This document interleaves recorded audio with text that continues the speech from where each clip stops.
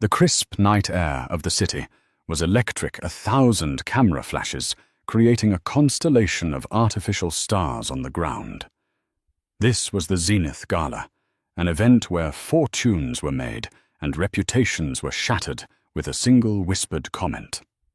Tonight, Connor Prescott, a man who built his iho on audacity and ruthlessness, decided to shatter a reputation he thought he owned his wife's. He would utter words so cruel, so publicly devastating, that the gasps of the elite would be heard across the city. What he didn't know, what no one knew, was that his wife's real story wasn't ending. It was just beginning, and her grand entrance was only seconds away. The ballroom of the Grand Sovereign Hotel was a symphony of excess. Crystal chandeliers, each the size of a small carriage, dripped light onto a sea of designer gowns and bespoke tuxedos. The air, thick with the scent of expensive perfume and blooming peonies, hummed with the low thrum of powerful conversations. Deals worth millions were being sketched onto cocktail napkins. Alliances were being forged over flutes of vintage champagne, and social hierarchies were being ruthlessly enforced with the subtlest of glances. At the center of one of the most powerful vortexes in the room stood Connor Prescott. He was a man carved from ambition and polished by success. His suit a custom. Tom Ford fit his broad shoulders perfectly, and his smile a practiced weapon flashed with predatory charm. He was the CEO of Prescott Holdings, a real estate behemoth that had devoured half the city's skyline. Tonight he was being honored with the Visionary of the Year award, and he bathed in the adulation like a king in sunlight. Tailing him a pace and a half behind, as always, was his wife, Beatrice. To the glittering assembly, Beatrice Prescott was little more than a beautiful, silent accessory. She was dressed in a tasteful but unremarkable navy blue gown by a designer no one was clamoring to identify. Her auburn hair was styled in a simple chignon, and her jewelry, though clearly expensive, was demure.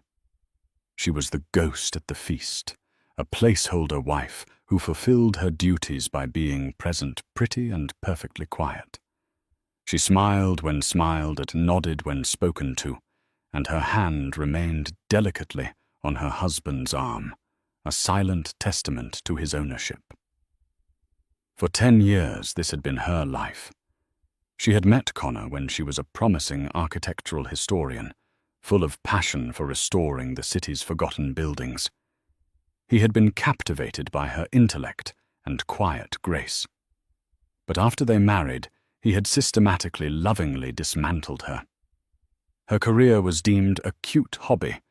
Her opinions were charming but naive, and her world was slowly shrunk until it was confined to managing their sterile mansion, planning his social calendar, and ensuring his suits were always pressed. He had hollowed her out and filled the space with his own ego, calling it love. Tonight, the hollowness felt like a cavern. Connor, darling, a triumph. Lawrence Duval, the Gala's effervescent host and a notorious gossip columnist, air-kissed them both, though his eyes barely registered Beatrice. Prescott Holdings is simply unstoppable, and you brought your lovely shadow with you. Connor's smile widened, but it didn't reach his cold grey eyes. She's a testament to tradition. Lawrence, a supportive wife is the bedrock of any great man's success. Wouldn't you agree? He gave Beatrice's arm a proprietary squeeze, a gesture that looked affectionate to the world, but felt like a vice to her. She offered a tight, practiced smile. Congratulations on the award. Connor, it's well deserved. Her voice was soft, barely a murmur above the din. He ignored her, turning back to Lawrence. The Zenith Tower project is breaking ground next month. We're changing the face of this city." As he spoke, a younger woman slinked towards their circle. Her name was Lena Petrova, a model with eyes like chips of ice and a body that was currently poured into a shimmering, backless silver dress. She was Connor's latest and least discreet indiscretion. For months, the tabloids had been rife with photos of them leaving exclusive restaurants, boarding his private jet, their hands intertwined. Connor had never bothered to deny it. He seemed to relish the scandal. Lena slid up to Connor, completely ignoring Beatrice, and placed a perfectly manicured hand on his chest. "Connie, darling, you've been avoiding me." She purred, her voice a throaty whisper that carried an implicit promise. The circle of conversation went quiet. Everyone watched a delicious, high-stakes drama playing out before their very eyes. This was better than the auction, better than the award ceremony. This was raw social carnage. Connor, far from being embarrassed, seemed to swell with pride. He was staging this. This was a performance. He unwound Beatrice's hand from his arm, dropping it as if it were soiled. He turned to face her fully, his expression a mask of feigned pity. "Beatrice," he said, his voice loud enough for everyone in their vicinity to hear. The ambient chatter of the ballroom seemed to dip as if the room itself was holding its breath. "I think it's time we stopped this charade. Don't you?" Beatrice's heart hammered against her ribs, a frantic bird trapped in a key of bone. She stared at him, her placid mask finally cracking. She had known this was coming, of course. She had felt the tectonic plates of their marriage grinding towards this earthquake for months. But knowing and experiencing were two vastly different things. The sheer naked cruelty of it, done here in front of all these people. It stole the air from her lungs. "What are you talking about, Connor?" She managed, her voice trembling slightly. He let out a short, dismissive laugh. "Oh, please. Don't play the wounded dove. It's a tired act." He gestured vaguely at her. "Look at you.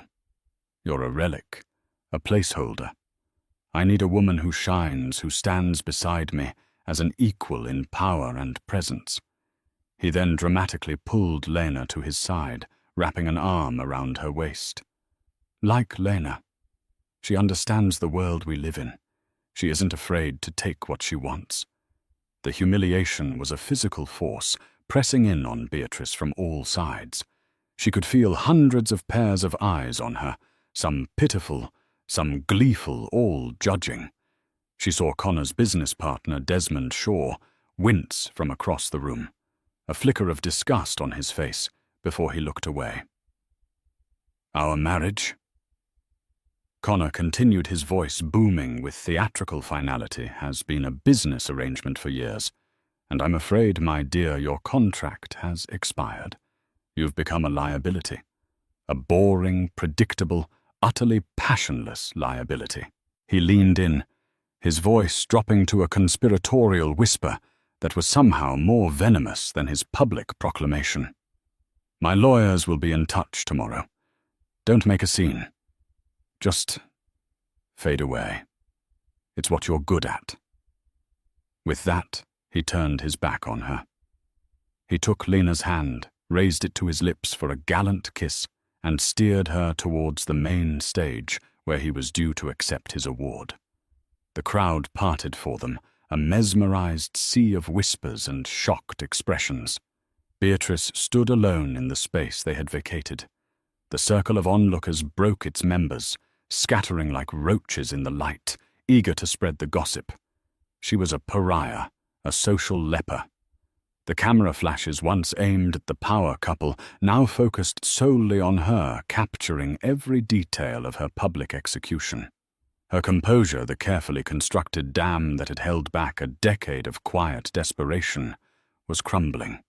A single tear escaped, tracing a hot, shameful path down her cheek. She felt a hand on her shoulder and flinched, turning to see her driver, a man who had worked for them for 5 years, looking at her with profound pity. "Ma'am," he said softly, "should I bring the car around?" The car. Connor's black Mercedes. Her ride home to the empty mansion that had been her prison. The thought was unbearable. To leave like this, a discarded object, was to validate everything he had just said about her. She took a deep, shuddering breath, straightened her spine, and wiped the tear from her face with the back of her hand. Her eyes, which had been downcast and vacant for so long, suddenly ignited with a cold, clear fire. "No, Thomas," she said, her voice impossibly calm and steady. "That won't be necessary." She turned her gaze from the pitying driver to the grand entrance of the hotel, just as Connor was stepping onto the stage to a round of thunderous, hypocritical applause. She looked at the red carpet, at the throng of reporters and paparazzi still clustered outside, hungry for the next big arrival. And right on cue it came. The collective attention of the paparazzi who had been feasting on the scraps of Beatrice's humiliation was suddenly wrenched away. A new sound cut through the city night, a low, confident purr that spoke of unparalleled power and engineering. It wasn't the aggressive roar of a Lamborghini or the high-strung whine of a Ferrari. It was smoother, deeper, more profound. It was the sound of old money, of quiet authority. A vehicle was pulling up to the curb, moving with a regal slowness that commanded attention. It was a Rolls-Royce Phantom, but not just any Phantom. This was a bespoke model, painted in a shade of midnight blue, so deep it seemed to drink the light around it. The finish was flawless, the chrome accents gleaming like liquid silver under the streetlights. Its iconic Spirit of Ecstasy hood ornament seemed to carve a path through the very air. This wasn't a car, it was a statement. It made every other luxury vehicle on the street look like a cheap toy. A hush fell over the reporters. Whispers broke out. Who was this? No one on the guest list was slated to arrive in such a vehicle. The tech billionaires, the oil tycoons, the Hollywood legends, they had all been accounted for. This was someone new. Someone more important. Inside the ballroom, the sound of Connor's acceptance speech began to falter. The guests nearest the entrance were turning their heads, their curiosity piqued by the commotion outside. Even from the stage, holding his heavy crystal award, Connor could sense the shift in the room's energy. His audience was being stolen from him. Annoyance flickered across his face. Beatrice remained perfectly still, a statue in the eye of the storm. Her gaze was locked on the vehicle outside. Her expression was unreadable, a calm, placid lake after a violent tempest. The Rolls-Royce came to a silent, perfect stop. The chauffeur, dressed in a crisp, dark grey uniform, exited the driver's side and moved with brisk efficiency to the rear passenger door. But he didn't open it. He stood at attention, waiting. Instead, the other rear door opened. Out stepped a man who was the human equivalent of the car he arrived in. He was in his early 60s, with a mane of distinguished silver hair and a face that spoke of sharp intelligence and zero tolerance for foolishness. He wore a Savile Row suit that was understated, yet screamed its expense. This was Mr. Gideon Cole, a man whose name was a legend in the highest echelons of corporate law and private equity, though he was so discreet and powerful that his face was known to only a select few. He shut the door behind him with a solid, definitive thump. He scanned the crowd of reporters with a look of withering disdain, and they instinctively took a step back, their cameras momentarily lowered. He adjusted his cufflinks, his movements precise and deliberate, and then he began to walk towards the entrance of the ballroom, his expensive leather shoes making no sound on the plush red carpet. The hotel's head of security, a burly man named Peterson, moved to intercept him. "Sir, I'm sorry this is a private event." Your name, Gideon Cole, didn't even break his stride. He looked past the guard as if he were a piece of furniture. "I'm not here for the event. I'm here for my employer." His eyes swept over the opulent lobby and found their target. They landed on Beatrice. The entire lobby, which had been buzzing with gossip about the Prescott implosion, fell completely silent. All eyes followed Gideon's gaze. They saw him look past the titans of industry, past the society doyenne, past the mayor himself, and fix his attention on the discarded wife, the invisible woman standing alone in her simple navy dress. Gideon walked directly to her. He stopped a respectful 2 feet in front of her and gave a slight formal bow of his head. The gesture was one of profound deference, the kind an advisor gives to their monarch. "Madam Kensington," he said, his voice a rich, clear baritone that carried through the suddenly silent space. "I apologize for the delay." The traffic on the east side was more congested than anticipated. "Are you ready to proceed?" The name hung in the air, a puzzle everyone was desperately trying to solve. Kensington. Who was Kensington? Beatrice finally moved. The last vestiges of the timid, broken wife fell away from her like a shed skin. When she looked up at Gideon, her eyes were sharp, her posture commanding. She was no longer Beatrice Prescott, the shadow. She was someone else entirely. "It's quite all right, Gideon," she replied, her voice now possessing a resonance and authority no one in that room had ever heard from her. "My business here was concluded more swiftly than I expected." On the stage, Connor Prescott froze mid-sentence. His speech about future growth and market dominance died on his lips. He stared, his mouth slightly agape, at the scene unfolding by the entrance. He saw the car. He saw the imposing man. He saw them speaking to his Beatrice. It didn't compute. His brain scrambled to make sense of the impossible tableau. Gideon offered his arm to Beatrice. "The board members from the Tokyo Exchange have arrived. They are waiting for you in the Celestial Suite." Beatrice placed her hand on his arm. "Excellent. Let's not keep them waiting." Together they turned and began to walk towards the exit. They were no longer a man and a discarded woman, but a queen and her most trusted counsel. The crowd of elites parted for them instinctively, their shock and confusion palpable.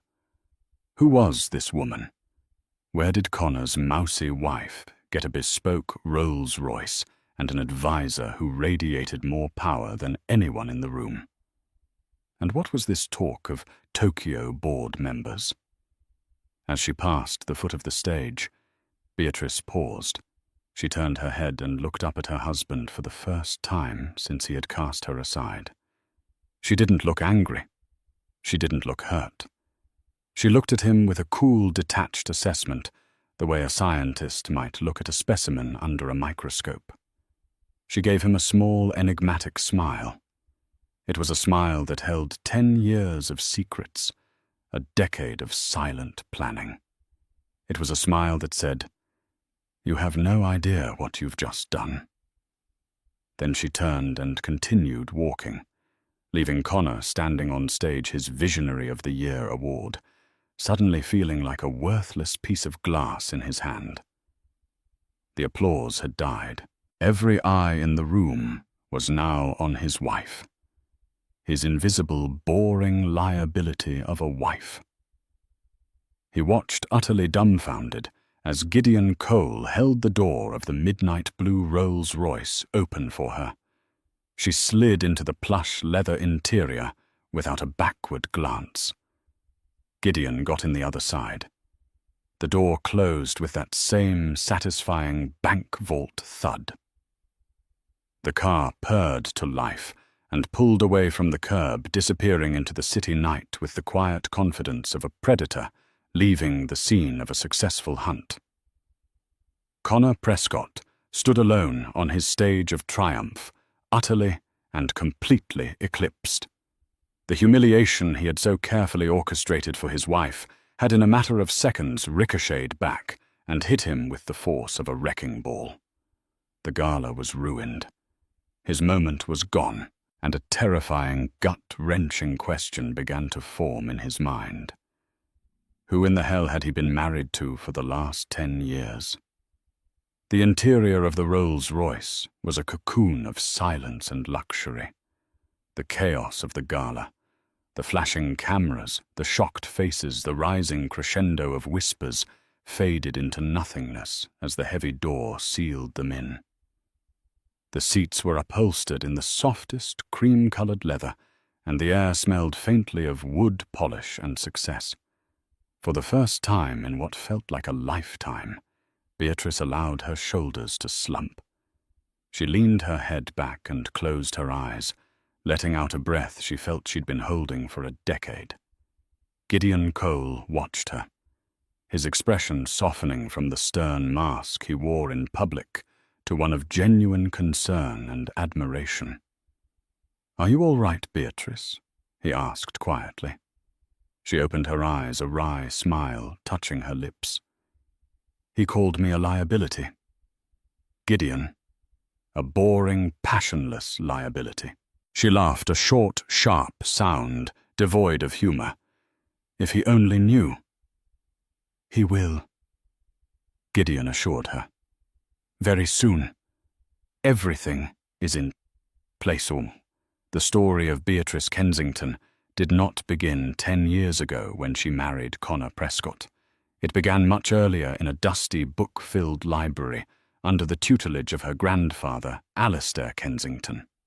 Alistair was not just a historian. He was a titan of industry from a bygone era. The founder of the Kensington Trust, a global investment firm so powerful and discreet it operated in the shadows. Its influence felt in ripples rather than waves.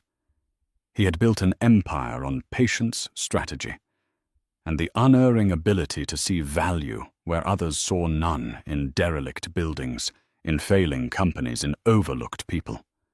He had raised Beatrice after her parents died, instilling in her his sharp mind and his quiet, observant nature. While other girls her age were at debutante balls, Beatrice was in boardrooms listening silently as her grandfather negotiated multi-billion-dollar deals.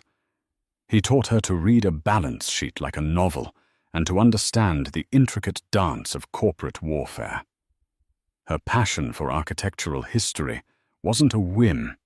It was a manifestation of his teachings to see the hidden structure, the foundational strength beneath a crumbling facade. When she met Connor, she was managing a $20 million restoration project for the Trust, though her involvement was, as always, anonymous. Connor, an up-and-coming developer, was brash, ambitious, and utterly captivating. He saw her brilliance, but he misinterpreted it. He saw it not as something to respect, but as something to possess. And Beatrice, young and yearning for a life outside her grandfather's gilded but lonely world, fell for him. Alistair had warned her. "This man doesn't want a partner, my dear." The old man had said, his eyes wise and sad. "He wants a beautiful painting to hang on his wall. He will frame you, admire you, and then one day he will grow bored and replace you with a newer piece." She hadn't listened. She truly believed she could be both Beatrice Kensington's secret heiress and brilliant strategist, and Beatrice Prescott loving wife. For a time she was. In the first year of their marriage, she anonymously fed Connor information, guiding his fledgling company towards lucrative deals, helping him build his empire from the shadows. He attributed his Midas touch to his own genius, never once questioning the lucky tips or gut feelings that always paid off. Her grandfather passed away 2 years into her marriage, leaving her the sole heir and controlling stakeholder of the entire Kensington Trust, a fortune so vast it dwarfed Connor's burgeoning empire into insignificance. Her inheritance was structured with the utmost secrecy, managed by a board of loyalists her grandfather had hand-picked, led by the formidable Gideon Cole. It was then that Connor began to change. With his success cemented his need for her charming opinions, lessened. He began to resent her intelligence, to belittle her interests. He wanted a trophy, not a consultant. And so, for the sake of her marriage, for the quiet life she thought she wanted, Beatrice began to fade. She packed away her brilliance like a set of old silverware, bringing it out only in secret late at night in her private study, where she continued to run one of the world's most powerful investment firms through a series of encrypted networks and proxies, all under the simple anonymous moniker B. Kensington. The discovery of Connor's first affair 4 years ago had been the turning point. It wasn't the betrayal that broke her heart. It was the realization that her grandfather had been right. She was just a painting on his wall, and he was already shopping for a new one. But she didn't cry. She didn't confront him. Alistair Kensington had taught her that revenge is a dish best served cold on a silver platter in a public forum with devastating financial consequences. So she began to plan. Her first move was to use the Trust's immense resources to investigate every facet of Connor's life and business. She discovered his finances were a house of cards built on risky loans and inflated valuations. His Zenith Tower project, the jewel in his crown, was leveraged to the hilt. He was desperate for a massive infusion of capital, and he had been courting a mysterious foreign investor for months. That investor, of course, was B. Kensington. Her second move was Lena Petrova. Beatrice had found the aspiring model during a deep dive into Connor's expenditures. Lena was struggling in debt and had a fierce, ambitious intelligence that Connor mistook for simple greed. Beatrice, through a third party, made Lena an offer she couldn't refuse: a multi-million-dollar trust fund and a legitimate modeling contract in exchange for becoming Beatrice's eyes and ears. Lena was to play the part of the devoted mistress, all while feeding every bit of Connor's pillow talk, every secret business plan, every panicked late-night phone call directly back to Beatrice. It was Lena who confirmed just how precarious Connor's financial situation was. It was Lena who reported that Connor was planning to publicly divorce Beatrice at the Gala, believing the scandal and his new arm candy would make him appear more virile and powerful to the investors he was trying to woo. The final piece was the Gala itself. Beatrice had orchestrated the entire evening. Using her influence as B. Kensington, she had leaned on the event committee to ensure Connor won the Visionary of the Year award, inflating his ego to its most spectacular and vulnerable point. She knew he would be unable to resist such a perfect stage for his grand betrayal. Lena performed her role admirably. Gideon commented, pulling Beatrice from her reverie as he checked a message on his phone. She has already transferred the recordings of Mr. Prescott's recent phone calls. It seems he was attempting to illegally short-sell stock in a rival company using insider information. The SEC will be most interested. Beatrice nodded, a cold satisfaction settling in her. He always was sloppy when he got arrogant. The Rolls-Royce didn't go to the Celestial Suite. There were no board members from Tokyo. That was merely a line for the theater of the ballroom. Instead, the car wound its way through the city streets until it pulled up before a magnificent, restored brownstone in the city's most exclusive historical district. This was her home, not the cold, modernist mansion she shared with Connor, but a building she had personally bought and restored years ago. Her first secret act of defiance. It was her sanctuary, her war room. Inside, a team was waiting. Analysts, lawyers, and public relations experts looked up from a bank of monitors as she entered. The screens were filled with data streams, stock tickers, and news feeds, all tracking the fallout from the gala. A young woman with a headset hurried over. "Madam Kensington, the initial reports are flooding in. Mystery woman upstages Prescott. Prescott's wife's shocking exit. The narrative is shifting entirely in your favor. We're amplifying it through our partner networks now." Beatrice took off the simple wrap that had accompanied her navy dress. Underneath the dress was a canvas. Her team was her armor. "What's the status of Prescott Holdings' stock in after-hours trading?" A man at a large monitor answered. "It's already down 9%, based on the rumors alone. When the markets open in Tokyo, in 2 hours, your short positions will activate. By the time New York wakes up, his net worth will have been cut in half." Beatrice walked to the large window overlooking the quiet, tree-lined street. The city lights glowed in the distance. For 10 years, she had lived in the shadows, letting a lesser man take credit for her intellect and diminish her worth. She had played the part of the ghost, the placeholder, the liability. "No more. Gideon," she said, her voice ringing with newfound clarity. "Prepare the offer.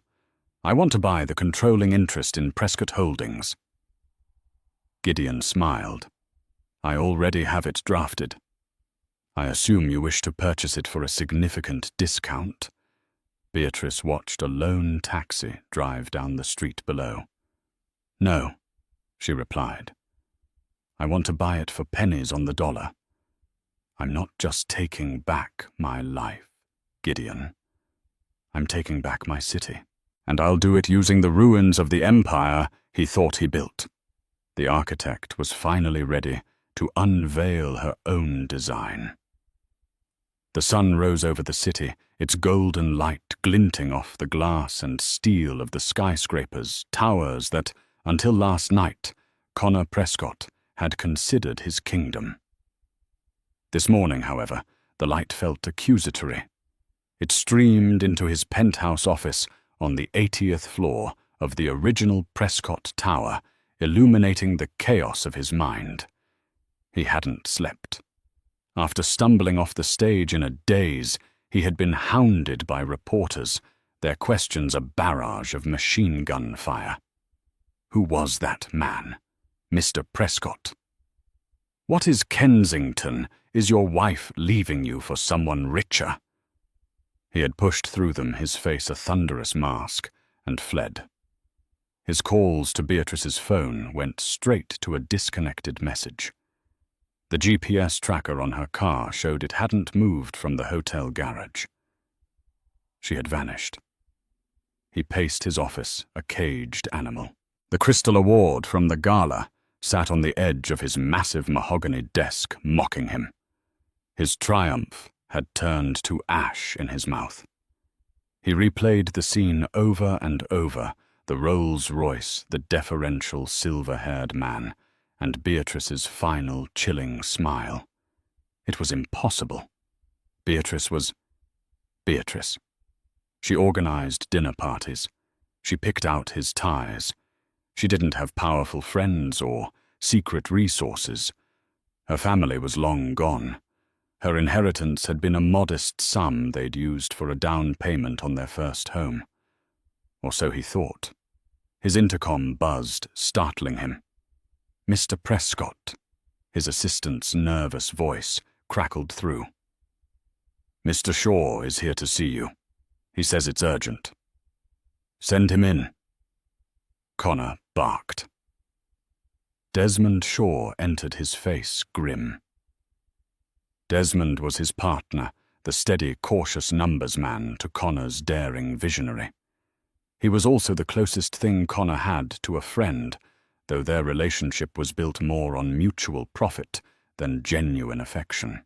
"What a mess," Connor Desmond said, foregoing any pleasantries as he loosened his tie.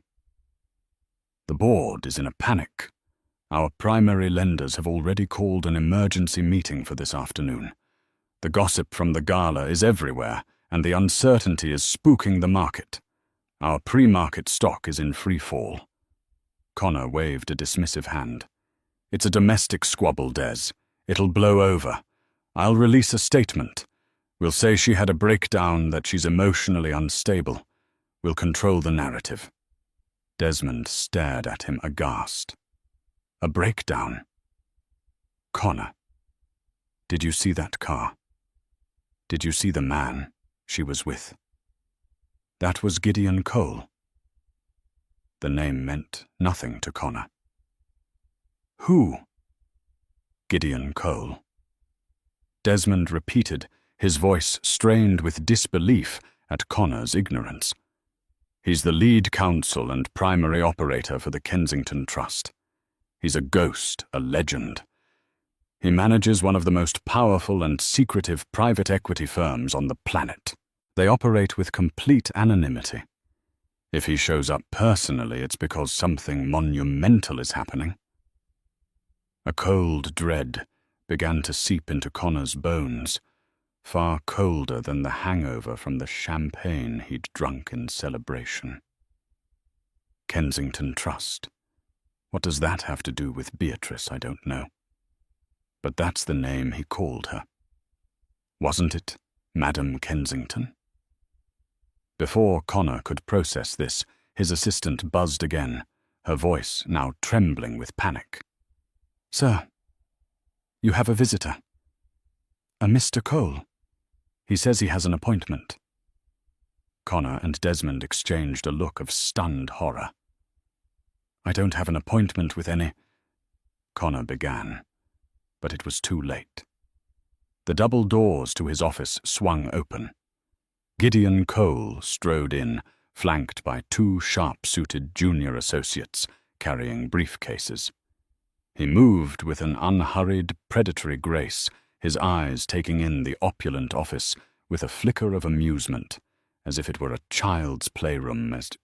Prescott Gideon said, his voice as smooth and hard as marble. "Thank you for seeing us. I am Gideon Cole. I represent the interests of B. Kensington." The name hit Connor like a physical blow. B. Kensington. The mysterious, absurdly wealthy foreign investor he had been desperately courting for the past 6 months. The investor who was the last and only hope to save the over-leveraged Zenith Tower project, and by extension his entire company. He had been so close to closing the deal, a $500 million capital infusion, that would solve all his problems. You represent B. Kensington," Connor stammered, trying to regain his footing. He straightened his tie, puffing out his chest in a desperate attempt to project the authority he felt rapidly slipping away. "Well, it's a pleasure to finally meet you. I was expecting to hear from your people today to finalize our agreement."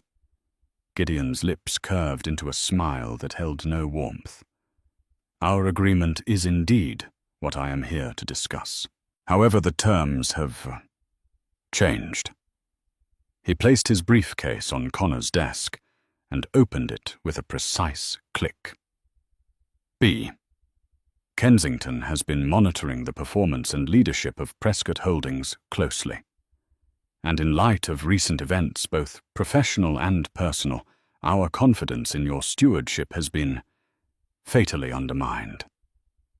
From the briefcase, he produced a single, elegantly bound document and slid it across the polished mahogany. "This is not a funding proposal, Mr. Prescott. This is a buyout offer."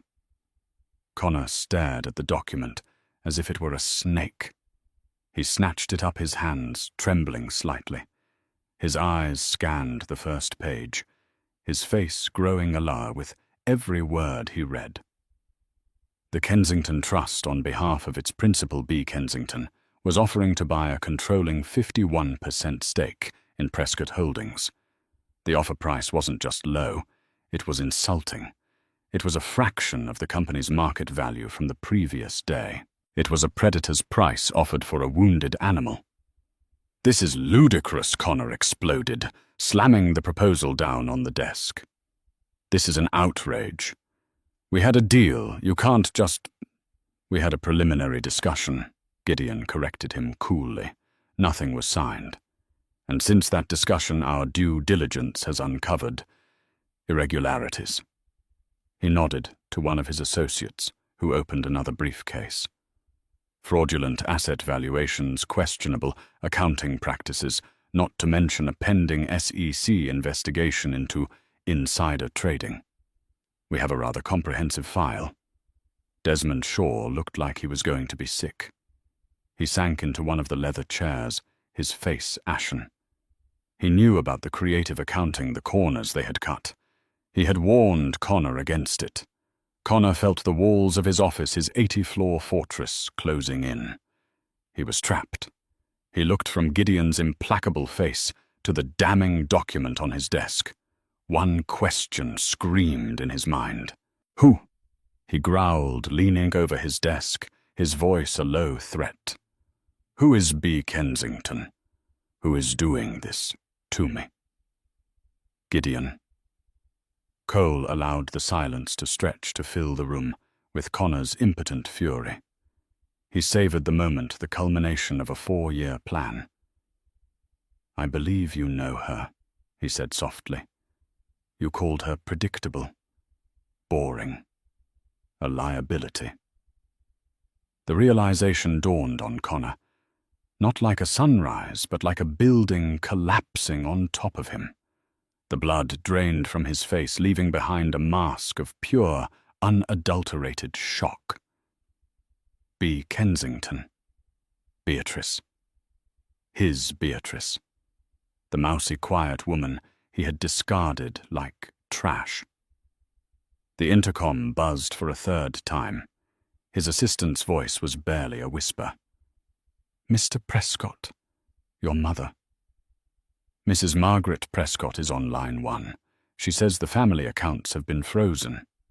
Gideon Cole simply smiled. "Ah, yes. We did that an hour ago. Collateral. It was all in the prenuptial agreement he made her sign, the one his own lawyers drafted to protect his assets."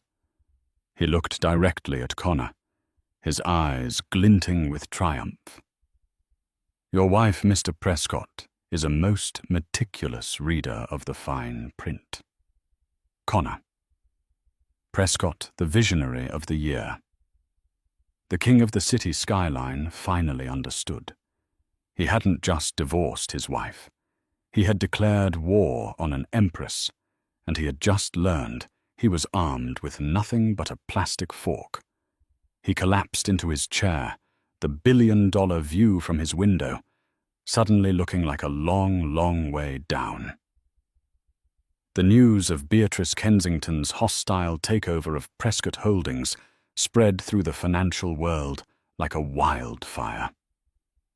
It was the story of the decade, the quiet, unassuming socialite who was secretly a corporate titan, orchestrating the public downfall of the husband who had scorned her. The media, which had feasted on her humiliation just a day before, now lauded her as a brilliant strategist, a feminist icon, a corporate avenger. Her face was on the cover of every financial journal, her story leading every news broadcast. She had not only controlled the narrative, as Connor had arrogantly planned to do, she had become the narrative. From her command center in the restored brownstone, Beatrice directed the assault with surgical precision. She didn't give a single interview. She didn't need to. The actions of the Kensington Trust spoke for themselves. They executed a classic bear hug maneuver, making the insultingly low offer public, while simultaneously releasing select, damaging pieces of information about Prescott Holdings' financial instability to key market influencers. The stock, already wounded, hemorrhaged value. Investors panicked. Lenders who had once tripped over themselves to finance Connor's projects were now calling in their loans. Connor, meanwhile, was in a state of escalating panic. His first reaction was denial, followed by rage. He stormed out of his office after Gideon Cole left, screaming at his assistant, vowing to fight this, to crush Beatrice. He called his lawyers, only to be told that the prenuptial agreement he'd forced on her was ironclad. It had a clause which he'd never bothered to read closely, stating that in the event of public infidelity leading to a divorce, any assets commingled or leveraged against shared property would be subject to review and potential seizure by the non-offending party's estate. His lawyers had assumed her estate was negligible. They had no idea it was the Kensington Trust. Beatrice had used his own weapon against him. His next call was to his mother. Margaret Prescott was a formidable woman, a steel magnolia who believed the Prescott name was sacrosanct. She had always treated Beatrice with a thinly veiled condescension, viewing her as a pretty but common addition to their dynasty. "This is an outrage," Margaret shrieked over the phone. "That little gutter snipe is freezing my accounts. The ones your father left me. You march over to wherever she is hiding and you put an end to this nonsense right now, Connor. Remind her of her place, fueled by his mother's fury." Connor drove to the mansion he had shared with Beatrice, thinking he could confront her there. He found the locks changed. A private security team, polite but immovable, stood at the gates. They informed him that this property was now under the sole ownership of Madame Kensington, as per the terms of the prenup, since the mortgage had been secured using a joint account. He was denied entry to his own home. Desperation began to set in. He tried to rally his allies on the board, but found his support evaporating. Desmond Shaw, his own partner, was now distant and non-committal. Desmond had spent the previous evening doing his own research into the Kensington Trust, and the scale of its power had left him breathless and terrified. He had always harbored a quiet respect for Beatrice, sensing a sharp intellect beneath her placid exterior. He'd seen how Connor treated her, and while he'd never interfered, it had left a sour taste. This was not a fight they could win. It was a reckoning they deserved. Finally, Connor did the one thing he swore he would never do. He humbled himself. He got Beatrice's new number from a mutual acquaintance and called her. She answered on the second ring, her voice calm and cool. "Connor." Not a question, but a statement. "Beatrice. Bea. Please." He began the unfamiliar act of pleading, feeling like acid in his throat. "We need to talk. This has gone too far. This is our life, our history you're destroying." "I'm not destroying anything, Connor," she replied, her voice even. "I'm renovating. You built a house on a rotten foundation. I'm simply clearing the plot for new construction. This is about the Gala, isn't it? About Lena." He pressed desperately, searching for an angle. "I'm sorry. Okay, I was an arrogant fool. I was trying to impress the investors. Our investors, it turns out. We can fix this. We can go to counseling. We can put the company back together." A soft, mirthless laugh came through the phone. "Counseling. You think this can be fixed with counseling?" This was never about Lena Connor. She was a business transaction. This is about 10 years of being suffocated. 10 years of you dismissing me, belittling me, and systematically erasing every part of me that wasn't a reflection of you. You didn't just cheat on me, Connor. You tried to annihilate me. You just weren't very good at it." His desperation curdled back into anger. "You think you can run my company? You who spent the last decade planning luncheons. You'll run it into the ground." "That's where you're wrong," she said, and he could almost hear the smile in her voice. "You see, while I was planning those luncheons, I was also managing a global portfolio worth 50 times what your little real estate empire could ever hope to be. While I was picking out your ties, I was orchestrating hostile takeovers in the Asian market. While I was smiling silently by your side, I was learning every single one of your weaknesses. You didn't have a wife, Connor. You had a master strategist living in your house, and you were too arrogant to ever see it. The call ended. Connor was left in a stunned silence, the full scope of his miscalculation crashing down on him. Meanwhile, Desmond Shaw made a decision. He couldn't save Connor, but he might be able to save the company and its thousands of employees. He contacted Gideon Cole's office and requested a meeting with Beatrice. He was brought to the brownstone, and as he was led into the bustling command center, he was struck by the quiet, focused efficiency of the operation. At its center was Beatrice, no longer the timid wife he knew, but a commander in her element, giving clear, decisive orders. "Mr. Shaw," she said, turning to him. Her eyes were not vengeful, but clear and appraising. "Thank you for coming." "Beatrice, Madam Kensington," he stammered. I came to tell you that I was never a party to Connor's personal actions, and I was against many of his riskier financial strategies. I have the documents to prove it. The company itself, the core assets, they're strong. It was his leadership that was the problem. Beatrice nodded slowly. "I know, Desmond. I've reviewed your records. You consistently advised caution. He consistently ignored you." She gestured to a chair. "The Kensington Trust isn't a demolition crew. We are builders. I have no intention of destroying Prescott Holdings. I intend to absorb it, restructure it, and make it profitable and stable. But to do that, it needs leadership that understands its true value. Leadership it can trust." An unspoken offer hung in the air between them. Desmond saw his chance, a lifeline. "I can provide that," he said earnestly. "I know this company inside and out. I can help you transition. I'll work for you." Beatrice gave him a long, thoughtful look. "Your loyalty to Connor has been noted," she said. "But so has your competence. We may have a place for you in the new Kensington Prescott entity. But first there is one more thing I need." She slid a file across the table. "These are the preliminary plans and unrecorded liabilities for the Zenith Tower project.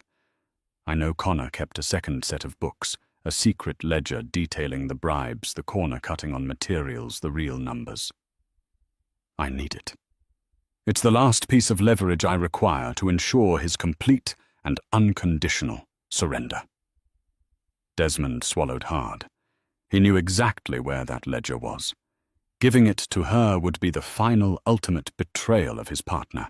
But it would also be the salvation of the company he had helped build. His loyalty was to the 5,000 employees, not to the arrogant man who had led them all to the brink of ruin. He met her gaze, a silent contract passing between them. "I know where it is," he said. With Desmond Shaw's allegiance secured and the secret ledger in her possession, Beatrice had all the ammunition she needed.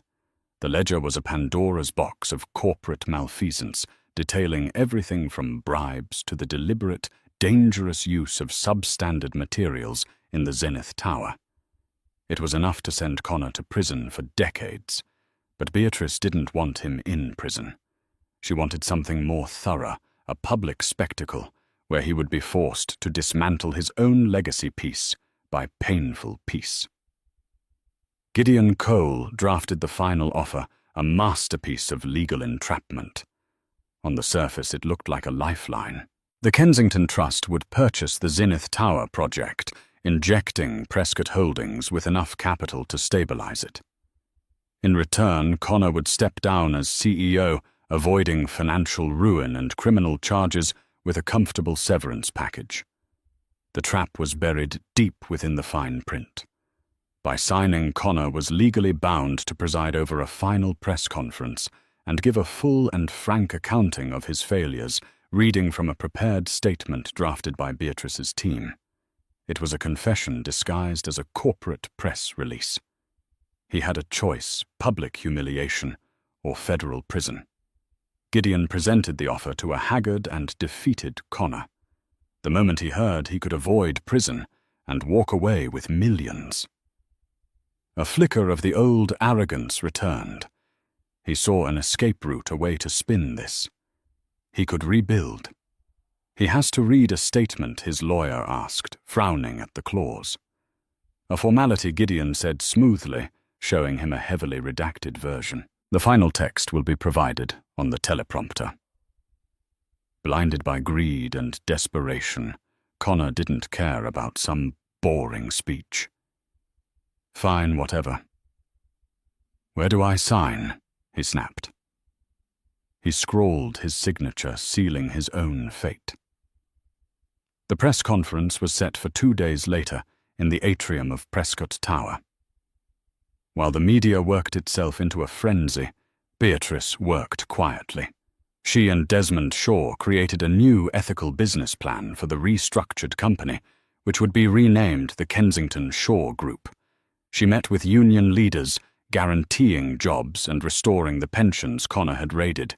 She was not just tearing down, she was building up.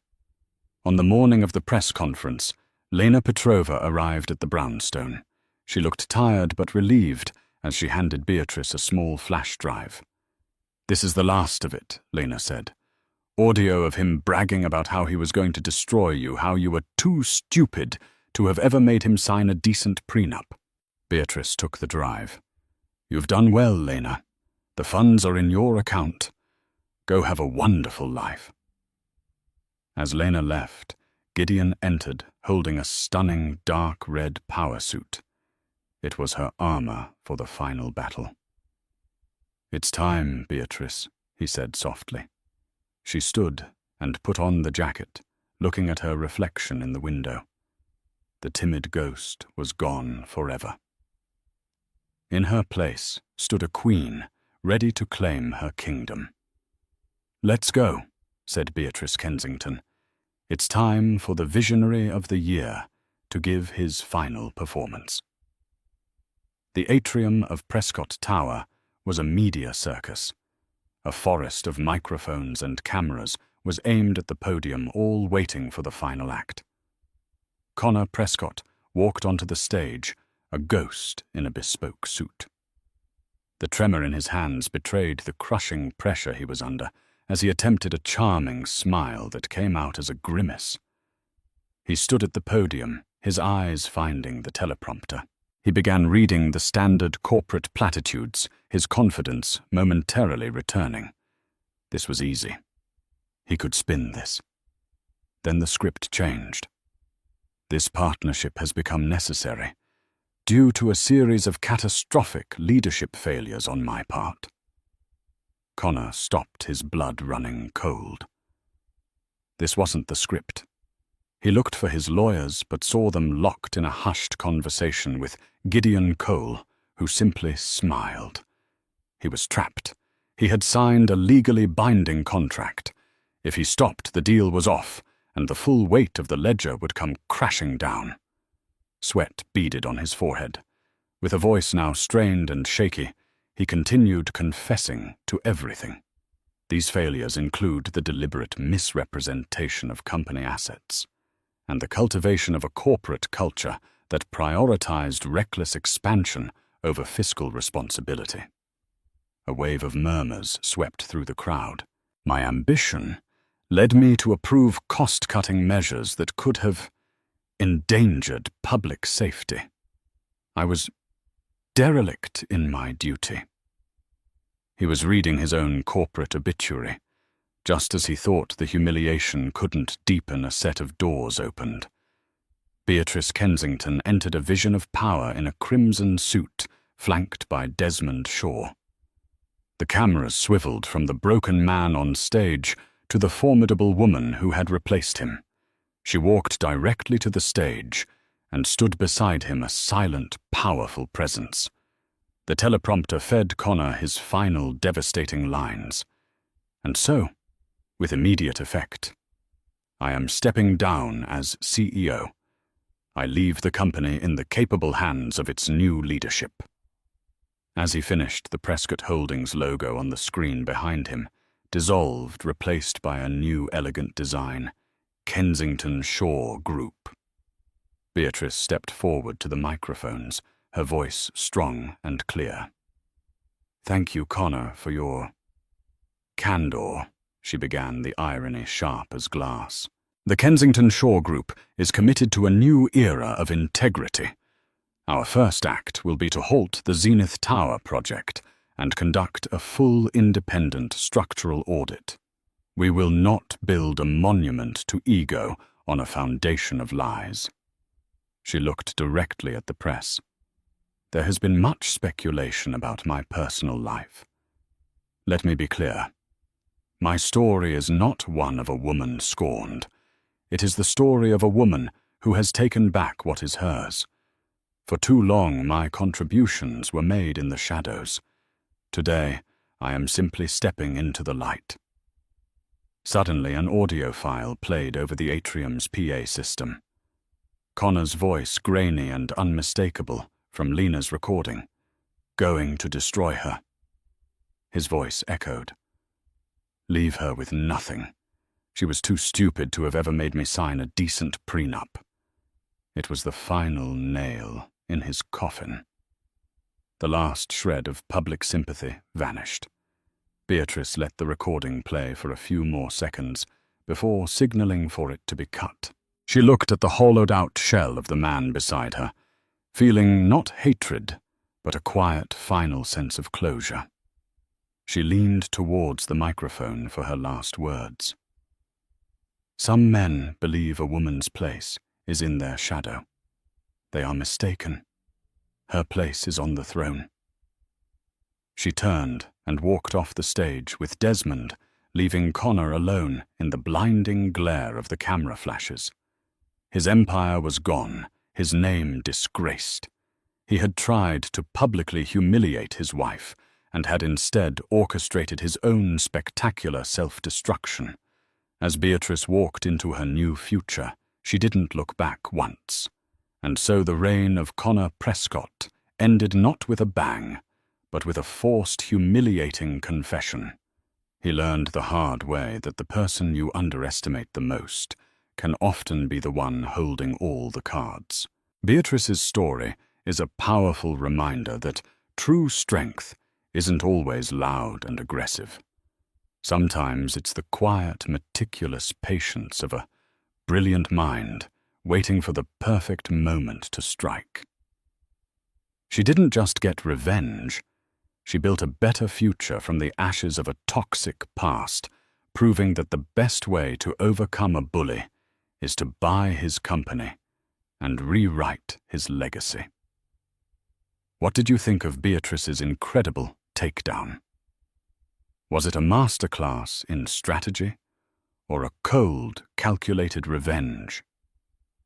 Let us know your thoughts in the comments below.